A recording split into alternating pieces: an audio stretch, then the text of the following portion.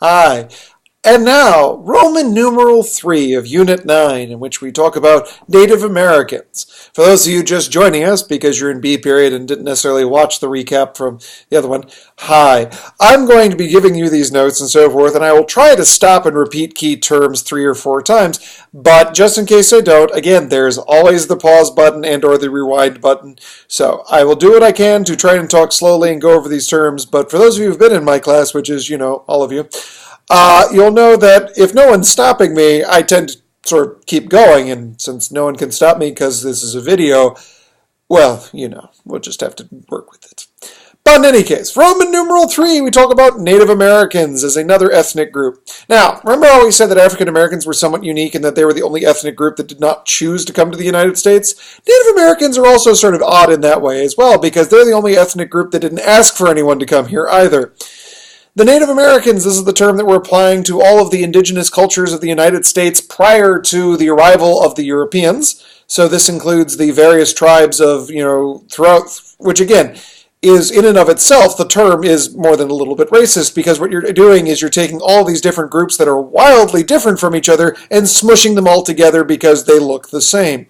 It's, again, kind of what the U.S. did. Remember we were talking about how with Asians, how we couldn't figure out the difference between Japanese, Korean, or Chinese, so we just said, hey, they're all Chinese. The same thing is happening here. The term Native American, again, itself is kind of wrong just because you're applying a bulk term to a very, very, very, very, very different groups of people. But again, for lack of a better term, it's what we've got. Indigenous people, Native Americans, however. The Native American experience with the white settlers originally was very much just go away, we don't want to talk to you. Initially, the settlement between the Europeans and the Americans was the Appalachian Mountains. The initial boundary, remember, was the Appalachian Mountains. We said we won't go past this. That was the Proclamation Act. That's what King George told us to do. After the American Revolution, though, it got a little bit trickier.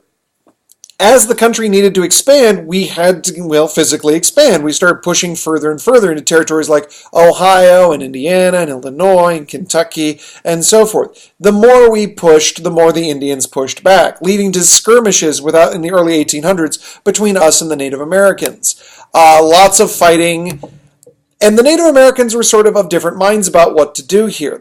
There were some who argued that they needed to fight back and fight hard, but there were others who argued that that was sort of a loser's gambit. They were never going to be able to push back the Europeans, or in this case, I mean the Americans, far enough, because there were many more of us than there were of them. So there were lots of debates about what to do, but when the Cherokee were ordered out of Georgia, they tried a different technique, which would be suing. In the case of Cherokee v. Georgia, the Cherokee Indian tribe challenged the Indian Removal Act. The Indian Removal Act argued that, or ordered all native tribes to move west of the Mississippi, and that would become the new border of the United States and Indian Territory. Everything west of the Mississippi would be Indian land, and everything east of the Mississippi would be America. The Cherokee sued on the grounds that they didn't feel like they should have to move. It was a violation of the Constitution, the Fourth Amendment to be particular. And the Supreme Court agreed. The Supreme Court said, you don't have to move because it is unconstitutional.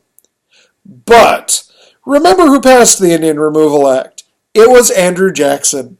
And if you don't remember Andrew Jackson from the many other times he's popped up, just remember this. Andrew Jackson does not like being told what to do. The famous quote was, the Supreme Court has made their decision, let them enforce it. So Jackson ignored the Supreme Court and forced the Indians to move anyway. Now, in general, you can't usually get away with ignoring the Supreme Court, but the fact of the matter was that Indians were viewed as less than human, and so as a result, it was a very popular decision. Congress, the public, everyone backed Jackson up on this idea, and so the tribes were moved at gunpoint west of the Mississippi. This created the Trail of Tears, which was a 2,000-mile-long journey from Georgia to west of the Mississippi at gunpoint without inadequate supplies. So as a result, there were lots of starvations, lots of dehydrations, lots of death, disorder, and other problems of that nature. It was not pleasant if that's not coming through. That's why they call it the Trail of Tears, not the Trail of Super Happy Fun Time Excitement, because it was sad because of the death and the racism. Is that clear? That coming through? Okay. So, we pushed the Indians west of the Mississippi and said, y'all just stay over here for a little bit. But again, we kept expanding. We kept going further and further, and suddenly we wanted those territories again. So we started moving into the Great Plains, areas like Kansas, Missouri, and Oklahoma. And the Native Americans were understandably confused, going, wait, I thought this was our land. So the solution we came up with was the reservations. We're going to redistribute the land and with reservations. Reservations were basically areas of land that we set aside for the Native Americans and said, this is your country. You can basically have this, and it works like a sovereign country. You can make up your own laws, make your own government. Again, territory set aside for them. So reservations, again, territories set aside for the native tribes that worked like sovereign nations. They could make their own laws and so forth. Again, reservations, land set aside for Native Americans so that they could run their own territories all by themselves. This worked for a little bit. The land that we gave the Native Americans, let's be honest, wasn't great. We were giving them stuff that we didn't want. It would be like if somebody wanted to borrow, your car, and you're like, oh, here's a leaking Yugo from the 1970s. Don't slam the door too hard because it might explode. Yes, it's a car, but on the other hand, it's not a particularly good car or one that you would, it's safe, and frankly, you were going to get rid of it anyway. But, to continue this metaphor, what if they took that Yugo and popped the trunk and found a suitcase full of money in the back? Would you want the car back? Probably. That's kind of what happened. In many of the reservations, the Indians ended up striking gold, in particular the Black Hills Reservation. Black Hills, South Dakota was home to an Indian reservation where gold was found. At which point the U.S. government said, hey, can we have that back? We would really like the gold because it's gold and valuable and shiny. And the Native Americans said, go away, you gave us this land now, it's ours, sucks to be you. And so the U.S. government and the Indians tribes basically got locked into a set of wars. The Indian Wars of the mid-1800s are sort of a misnaming thing here. Because again, Indian's not really the right term, but not my point. Calling them wars, though, isn't exactly right, because when you think war, you think attacks and retreats and two sides going at it and so forth. Rather, the Indian Wars of the mid-1800s were more like a cycle of revenge and counter-revenge. We would build a railroad right through their territory, so they would come out at night and rip it up. So we would arrest them. So they would break them out of jail. So we would shoot the people who arrested them. So they would attack the police, and so on and so forth. It would just get bigger and bigger and bigger and bigger. It escalated out of control. Two examples of this, Little Bighorn and Wounded Knee. At the Battle of Little Bighorn, the U.S. Army attempted to round up a group of Native Americans, but they knew that the army was coming, and frankly, the army attacked early, at which point the entire army unit was wiped out. If you've ever heard of Custer's Last Stand, this is it. Custer's Last Stand is the Battle of Little Bighorn. Custer and his cavalrymen charged out thinking, hey, they're Native Americans, we can beat them up, they stink, we can go take care of them, at which point he and his men were roundly slaughtered. This was a huge shock to the army because, they killed us? They can do that? That's fair? That's not fair. And so as a result, we wanted revenge, hence Wounded Knee. At the Battle of Wounded Knee, we rounded up a group of Native Americans in a big circle and shot them. Calling it a battle is kind of using the wrong terminology. In fact, many in the Native American community refer to it as the Massacre of Wounded Knee because it kind of was. Now, to be fair, the U.S. Army claims that in this group somebody had a gun, they shot at the army responded and opened fire. However, there's not been a lot of historical evidence of that. What they really think happened was, again, it's just this cycle of revenge and counter-revenge, that the army was really angry over Little Bighorn and decided to take it out on the people at Wounded Knee. Of course, the people at Wounded Knee were not soldiers, or were rather prisoners and women and children, so it's kind of hard to excuse that. Not one of our proudest moments. This cycle of revenge and counter-revenge and shooting and bad things, and again, neither side's really hands are clean on this one. The whole thing reaches a climax with Chief Joseph. Chief Joseph was an Indian chief. Not his first name is not Chief, in case that wasn't obvious. Chief Joseph was a leader of the Nez Perce Indians. He became famous because he basically called for a truce. Chief Joseph's famous speech was, "From where the sun now stands, I will fight no more forever." from where the sun now stands, I will fight no more forever. I think I have his speech somewhere over here. Possibly not. It might be over on the other shelf. Not the point. Who would think I'd have difficulty finding things in this room? Really, I mean, everything's so cleanly laid out. Not my point. Chief Joseph, again, the famous part of the speech is, from where the sun now stands, I shall fight no more forever. In the speech, basically what he's doing is he's trying to shame both sides. He's saying to the Native Americans, we can't win. He's saying, all of our best soldiers are dead. All of our young men are dead. What are we going to do here? We're not going to destroy the U.S. government. They're just going to keep killing us, and they've got a lot more men. So we should probably just, accept some measure of defeat, accept some measure of reconciliation. But he's also saying to the U.S. government, does it make you feel like a big man beating up on women and children? What's the point here? You're killing unarmed civilians. You're taking what little land we have. This is ridiculous. Honor your treaties, and let's just call it a day. Chief Joseph's words, and words of people like him, went a long way towards patching up the Indian Wars. At which point, because again, the U.S. government realized how badly they'd been doing this, how badly they'd been treating the Native Americans, and so forth. And so, there were peace treaties made.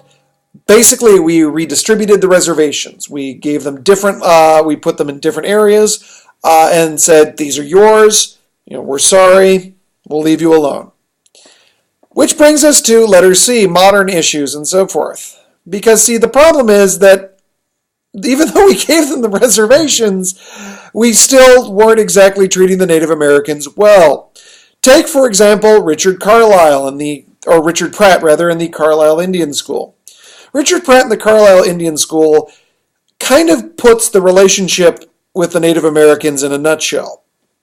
Richard Pratt was a missionary, for lack of a better word. He came to the reservations and he set up schools for Indians, specifically the Carlisle Indian School. The idea being teaching the Native Americans things like English language, history, culture, science. Again, it's a school. He's trying to educate them and so forth. His goal was to make the Native Americans' lives better, because his hope was that by educating them, they could become productive citizens, as he called it. And since the Native Americans generally had no formal education and so forth, that's a good thing. The problem is, he's approaching it from a direction that can be charitably described as extremely racist. Because the whole point of these schools not only was to teach them this material, but also to get rid of their culture, to break them of their Indian culture. His stated mission was, and I'm not making this up when I say this, his exact quote was, we're going to kill the Indian and save the man. In other words, we're going to take what makes them Native American and get rid of it and turn them into white people. Because, again, in his view, that would make their lives so much better. Now, again, you can make the argument that from an economic standpoint, he's doing the right thing because he's trying to teach them and so forth. But holy cow! Can you imagine somebody trying to say something like that today? In the 1800s, though, this was perfectly acceptable. Again, his stated goal is, let's kill the Indian and save the man. We're going to take the Indian part of them and make them white. Again, in the 1800s, this was perfectly acceptable. And this was sort of the attitude of the U.S. government and of, white society in general towards the Native Americans, is we're going to make their lives better by destroying, Indian culture and so forth, by getting rid of them. The government's attitude towards the Native Americans has historically been ignorance. We'll just leave them alone on the reservations, do what you got to do, as long as it doesn't violate U.S. law. But again, unfortunately, the territory we gave the reservations was really bad territory, stuff that you can't grow great crops on. And then we would do things like sell them nuclear waste. Again, I'm not kidding. In the 1970s, when we were trying to figure out what do we do with nuclear waste, we discovered that we could bury it in the ground. But we weren't sure if it had any health problems if you buried it in the ground, so we tested it by selling it to Native Americans on the reservation and then studying whether or not it killed them. Again, There's really no way to sell this as anything other than, holy cow, I can't believe we were that racist and stupid. And wouldn't you know, there was a large amount of cancer that popped up in these areas because we gave them nuclear waste. Then, in the 1980s, an ironic twist of fate occurred that actually helped the Native Americans slightly.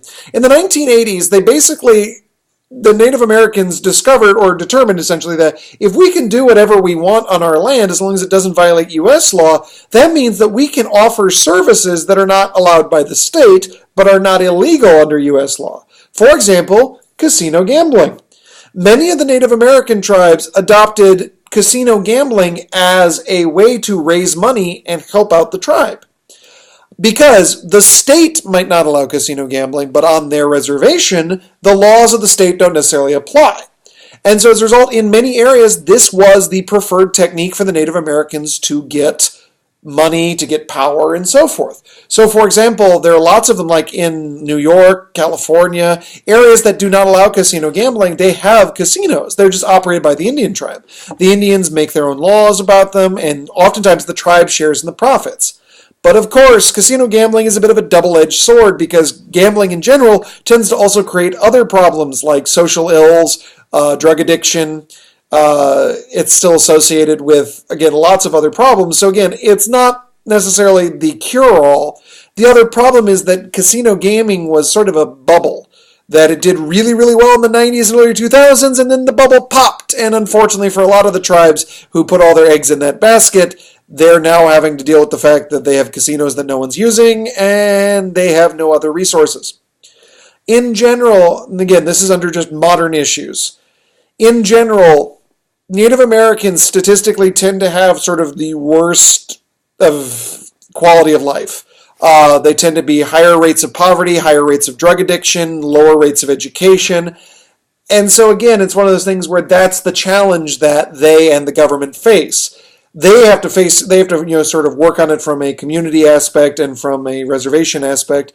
The government also tries to help in the fact that, again, we made all these treaties with them and then ignored them, so the government does feel kind of bad about that. How much they do about it is sort of, up for grabs and debatable, but again, they're working on it. In terms of politics, Native reservations, again, are basically their own government and so forth, so they elect their own leaders and so forth. They tend to sort of deal with their own affairs for that reason as well. So they're not consistently Democrat, Republican, or any of those groups. They tend to also be very low turnout voters because they don't really see a point in voting because, again, they don't really see a great benefit from government, which, again, it's hard to disagree at this point given how the government's treated them. So, that was a thoroughly depressing unit. Let's move on to Roman numeral 4 in just a few moments.